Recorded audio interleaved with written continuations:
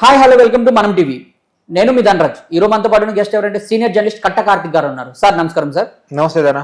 మహిళలపై అనుచిత వ్యాఖ్యలు చేసిన సొంత కార్యకర్తని చంద్రబాబు నాయుడు గారు అయితే వదలడం అయితే జరగలేదు, పార్టీ నుంచి సస్పెండ్ చేయడం అయితే జరిగింది. అదేవిధంగా గత ప్రభుత్వం అయితే మహిళలపైన వివచ్చమైన అంటే నోటికి ఏదో ఎంత వస్తే అంత మంత్రులు కానివ్వండి, అలాగే ఎమ్మెల్యేలు కానివ్వండి, ఎంత వస్తే అంత మాట్లాడారు. అలాంటిది వాళ్ళు వదులుతారంటారా? ఎస్, నువ్వు అన్నటువంటి పాయింట్ ఏంటంటే సొంత పార్టీ కార్యకర్తనే మహిళల మీద అనుచితమైన వ్యాఖ్యలు చేస్తే చంద్రబాబు నాయుడు గారు వదలలేదు. వైఎస్ భారతి గారి మీద అనుచితంగా మాట్లాడారనే కారణం చేత షేప్రోల్ కిరణ్ అనేటువంటి ఏదైతే ఈ మధ్యకాలంలో కామన్ మ్యాన్ కిరణ్ గా ఫేమస్ అయినటువంటి వ్యక్తిని కేసు పెట్టడం, అరెస్ట్ చేయటం, జైల్లో పంపించడం ఒక 24 గంటలు జరిగిపోయింది. అతను అనుచితమైన వ్యాఖ్యలు చేసిన 24 గంటల లోపులోనే కేసు పెట్టడం, అరెస్ట్ చేయటం, కోర్టు ముందు ప్రొడ్యూస్ చేయటం, జైలుకి పంపించడం జరిగిపోయింది.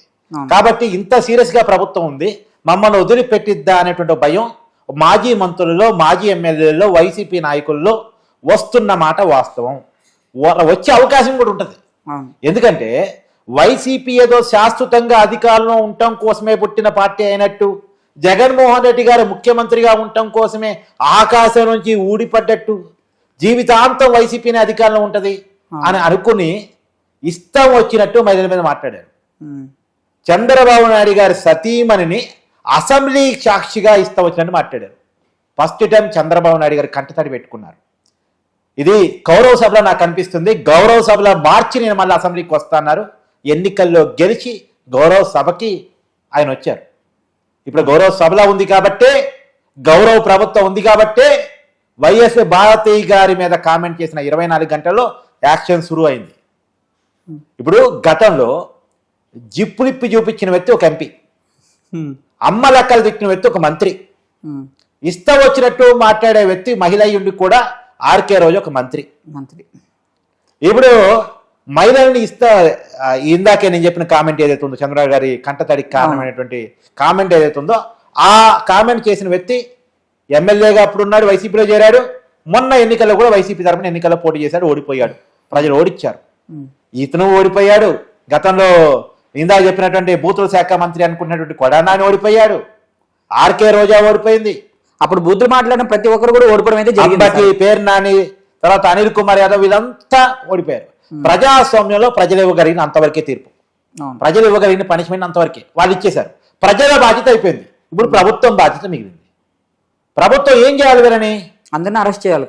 అందరినీ అరెస్ట్ చేయాలి. ఎవరి వరకు అరెస్ట్ చేయాలి? జగన్మోహన్ రెడ్డి గారితో సహా.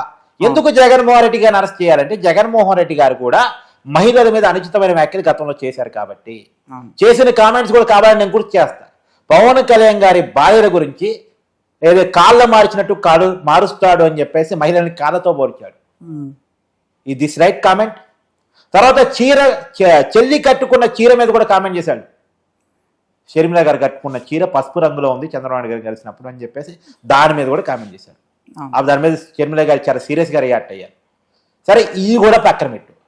వర్రా రవీంద్రారెడ్డి అని వైసీపీ సోషల్ మీడియా యాక్టివిస్టు ఎవరైతే షర్మిల గారి మీద, విజయమ్మ గారి మీద అసభ్యకరమైన పోస్టులు పెట్టాడు. ఎవరి షర్మిల గారు, విజయమ్మ గారు? షర్మిల గారు జగన్మోహన్ రెడ్డి గారి చెల్లి, విజయమ్మ గారు జగన్మోహన్ రెడ్డి గారి తల్లి.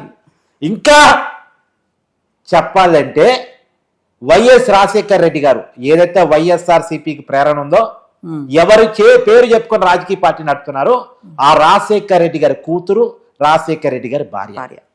అంతేగా, షర్మిల గారి కూతురు, విజయమ్మ గారి భార్య. వాళ్ళని కూడా వదలకుండా బండపూలు తిడితే ఆ వర్ర రవీందర్ రెడ్డిని వైసీపీ అరెస్ట్ చేయలేదు, పైగా ఎంకరేజ్ చేసింది.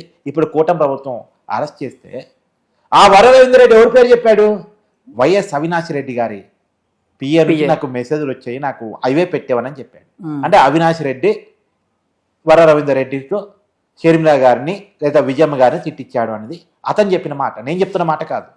మరి అతన్ని వర్ర రవీందర్ రెడ్డిని అరెస్ట్ చేసినప్పుడు వర్ర రవీందర్ రెడ్డి స్క్రిప్ట్ ఇచ్చినటువంటి అవినాష్ రెడ్డి పిఎం అరెస్ట్ చేయాలి కదా. అవినాష్ రెడ్డికి ఎంపీ టికెట్ ఇచ్చినటువంటి జగన్మోహన్ రెడ్డిని అరెస్ట్ చేయాలి. ఎవడైనా సరే రాజకీయంగా విభేదాలు ఉండొచ్చు కాక, సొంత కుటుంబంలో ఎన్ని తగారైనా ఉండొచ్చు కాక, సొంత చెల్లిని తల్లిని తిట్టిస్తారబ్బా?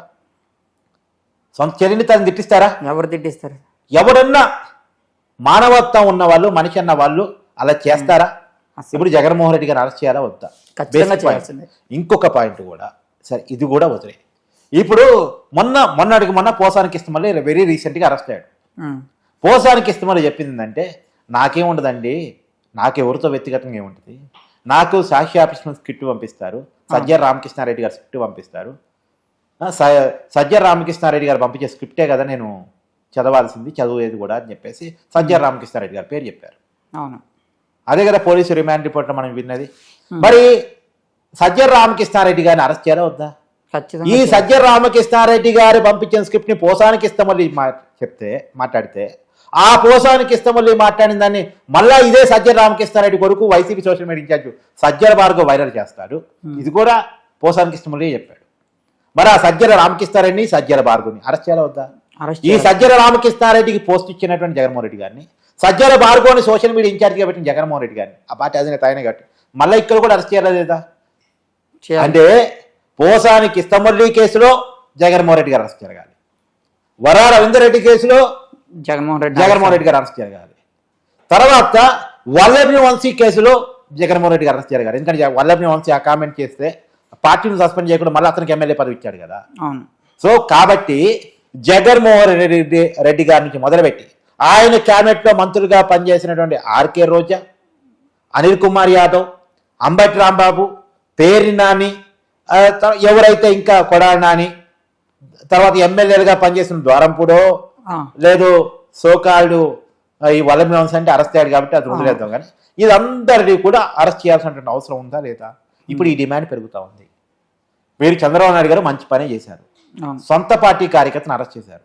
సొంత పార్టీ కార్యకర్తను అరెస్ట్ చేశారు, బాగునే ఉంది. కానీ మీ కన్నీరు చూసి కన్నీరు పెట్టుకున్నా మేము అడుగుతుంది ఏంది, మీ కన్నీరికి కారణమైనటువంటి వాళ్ళని ఎప్పుడు అదుపులో తీసుకుంటున్నారు అని చెప్పేసి కొంతమంది కార్యకర్తలు సోషల్ మీడియాలో చంద్రబాబు నాయుడు గారు అభిమానులే, టీడీపీ అభిమానులు కావచ్చు, రాష్ట్ర ప్రజలు కావచ్చు, పోస్టులు పెడతా ఉన్నారు. వాళ్ళ ఆవేదనలో అర్థం కనపడతా ఉంది, నిజంగా కూడా ఇప్పుడు కామెంట్ చేసింది వైఎస్ భారతి గారిని వెంటనే స్పందించారు. రాజకీయంగా వైఎస్ఆర్సీపీ పార్టీకి సంబంధించినటువంటి వ్యక్తిని కామెంట్ చేసినప్పటికీ, సాక్షాత్తు వాళ్ళ అధినేత భార్యని కామెంట్ చేసినప్పటికీ ప్రభుత్వం స్పందించింది. అదే చంద్రబాబు నాయుడు గారి భార్యని అవమానిస్తే జగన్మోహన్ రెడ్డి గారు నవ్వారు, అసెంబ్లీలో నవ్వారు. నవ్విన జగన్మోహన్ రెడ్డి గారు ఎక్కడ, చర్యలు తీసుకుని చంద్రబాబు నాయుడు గారు ఎక్కడ? ఏది పెద్దరికం, ఏది విచక్షణ, ఏది నాయకత్వం, ఎవరు నాయకుడు అనాలి? ఇది కదా కావాల్సింది రాజకీయాల్లో. కాబట్టి ఇప్పుడు సొంత పార్టీ కార్యకర్తని అరెస్ట్ చేశారు, మమ్మల్ని వదులుతారన్న భయం వైసీపీ క్యాడర్లో ఉండొచ్చు, వైసీపీ నాయకుల్లో ఉండొచ్చు, ఉండాలి కూడా. కూటమి కూడా అనుకుంటుంది ఏంటంటే ఇమీడియట్గా అరెస్ట్ చేయాలనుకోవట్లే, మమ్మల్ని ఎప్పుడు అరెస్ట్ చేస్తారు అనే ఒక భయంలో కొన్నాళ్ళు ఉంచాలని అనుకుంటున్నట్టు నాకు అనిపిస్తుంది. అలాగే జరుగుతుంది కదా సార్, ఒక్కొక్కసారి నెలకొకరు వెళ్ళేట్టు వెళ్తున్నారు అందరూ. నా వాట ఎప్పుడు, నా లైన్ ఎప్పుడు, అదే ఏదో టోకెన్ నెంబర్ ఇస్తారు కదా, అవును, నా టోకెన్ ఎప్పుడు వస్తుంది అని వెయిట్ చేస్తున్నారా, భయపడుతూ ఉంటున్నారా? అరెస్ట్ చేస్తే భయం అయిపోయింది, చేస్తారు అయిపోయింది, ఇక ఉన్న జైల్లో ఉన్న నాళ్ళు ఉంటారు, తర్వాత బెయిల్ మీద బయటకు వస్తారు. కానీ ఇగో అరెస్టు, అదిగో అరెస్టు, అక్కడ అదిగో అదిగో ఇదిగో అంటే ఎప్పుడు అనేటువంటి ఒక భయం ఉంటుంది కదా. దానివల్ల ఏంటంటే క్రిమినల్స్లో ఒక భయం రావాలబ్బా. క్రిమినల్ యాక్టివిటీ చేసే వాళ్ళు, నోటికి వచ్చినట్టు మాట్లాడే వాళ్ళు ఒక భయం రావాల్సిందే. ఆ భయం రావటం ఫలితంగా రేపొద్దున రాజకీయాల్లో స్వచ్ఛత అనేది ఒకటి బతికింది. రాజకీయాలు అది ఉంటలే. ఇప్పుడు గతంలో ఆంధ్రప్రదేశ్ రాజకీయాలు అంటే చాలా గొప్పగా ఉండేవి అబ్బా, చాలా గొప్పగా ఉండేవి. ఒకప్పుడు కాంగ్రెస్ కమ్యూనిస్టుల మధ్య పొలిటికల్ ఫైట్ చాలా సిద్ధాంతపరంగా చాలా తీవ్రంగా ఉండేది, చాలా అంటే చాలా తీవ్రంగా. అసెంబ్లీలో అసలు కమ్యూనిస్టులు కాంగ్రెస్ వాళ్ళు ఒకరినొకరు గట్టిగా విమర్శించుకునేవాళ్ళు, కానీ తిట్టుకునేవాళ్ళు కాదు, విమర్శించుకునేవాళ్ళు. ప్రజా సమస్యల మీద కమ్యూనిస్టులు నిలదీసేవాళ్ళు, ప్రభుత్వం కూడా అంతే రీతిగా సమాధానం చెప్పేది, అవసరమైతే మార్చుకునేది. కానీ ఎప్పుడైతే వైఎస్ఆర్సీపీ అని ఒక రాజకీయ పార్టీ ఆంధ్రప్రదేశ్ రాజకీయాల్లోకి వచ్చిందో, ఆంధ్రప్రదేశ్ రాజకీయాల్లో ఇలాంటి కల్చర్ ఒకటి వచ్చింది, విష సంస్కృతి ఒకటి వచ్చింది, అలవాటు లేనటువంటి ఒక కల్చర్ వచ్చింది. ఆడవాళ్ళని తిట్టడం, బూతులు తిట్టే వాళ్ళకి పదవులు ఇవ్వటం. ఇప్పుడు చంద్రబాబు నాయుడు గారి ఇంటి మీదకి పోయినందుకు జోగి రమేష్కి మంత్రి పదవి ఇచ్చారు, చంద్రబాబు నాయుడిని తిడుతున్నందుకు కొడానానికి మంత్రి పదవి ఇచ్చారు, పవన్ కళ్యాణ్ని తిట్టేగలిగినందుకు అంబటి రాంబాబుకి, పేరు నానికి, ఆర్కే రోజాకి మంత్రి పదవి ఇచ్చారు. ఏంటి వీళ్ళ క్వాలిఫికేషన్ అంతకన్నా ఏమైనా ఉందా? వీళ్ళు ఏమన్నా ఆ శాఖల్లో దిట్టదా? ఆ శాఖల మీద రివ్యూ చేసి ఆయా శాఖల్లో గొప్ప ఇప్పుడు పర్యావరణం ఇది పర్యాటక శాఖ రోజా గారి చేతిలో ఉంది, అవును. క్రీడా శాఖ రోజా గారి చేతిలో ఉంది. క్రీడలకి రోజా గారు ఇచ్చిన ప్రయారిటీ ఉంది. పర్యాటక ప్రాంతంగా ఆంధ్రప్రదేశ్ తీర్చిదానికి రోజా గారు తీసుకున్న చర్యలు ఏంటి? ఎప్పుడన్నా తన శాఖలో రివ్యూ చేశారా? కనీసం ఏమీ లేదు. తను చేసిందల్లా ఒకటే, పర్యాటక శాఖ తరఫున జగన్మోహన్ రెడ్డి గారు ఉంటానికి కట్టుకున్నటువంటి కళల సౌధం రుషికొండ ప్యాలెస్ ని ఓపెన్ చేశారు, అంతే. ఒక్కటి చేయగలిగారు. అది కూడా ప్రజల ఆస్తిని దుర్వినియోగం చేసిన ఒక పెద్ద కట్టడాన్ని, ప్రజలకి గుదిబండగా మారిన కట్టడాన్ని, వందల వేల కోట్ల రూపాయల నిధులు దుర్వినియోగం చేసి కట్టిన కట్టడాన్ని ఓపెన్ చేశారు, అంతేగా. ఆ కట్టడాన్ని ఆమె ఓపెన్ చేశారు. జగన్మోహన్ రెడ్డి గారు దాంట్లో ఉండలేక ఎన్నికల్లో ఓడిపోయారు. ఉండాలనుకున్నారు, ఎన్నికల్లో ఓడిపోయారు. సరే, అదొక్కటి తప్ప. ఇప్పుడు అంబటి రాంబాబు ఉన్నాడు. అంబటి రాంబాబు స్వయంగా తానే చెప్పాడు, నాకు పోలవరం సబ్జెక్టే అర్థం కాలేదని. పోలవరం సబ్జెక్టే అర్థం కాలేదన్నటువంటి అంబటి రాంబాబుకి భారీ నీటిపారుదల శాఖ మంత్రి ఇచ్చారు. అంటే వీళ్ళకి వాళ్ళ శాఖల గురించి ఏం అవగాహన ఉండవసరం లేదు.